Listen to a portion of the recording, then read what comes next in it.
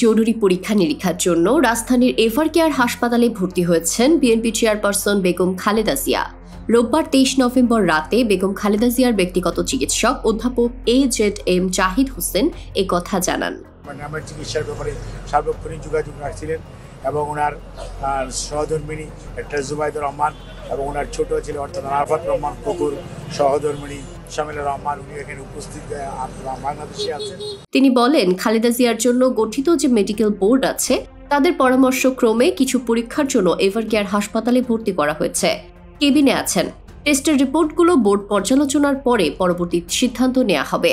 সর্বশেষ গত 15 অক্টোবর বিএনপির চেয়ারপারসন এই হাসপাতালে ভর্তি হয়েছিলেন। একদিন থেকে স্বাস্থ্য পরীক্ষা সম্পন্ন করেন।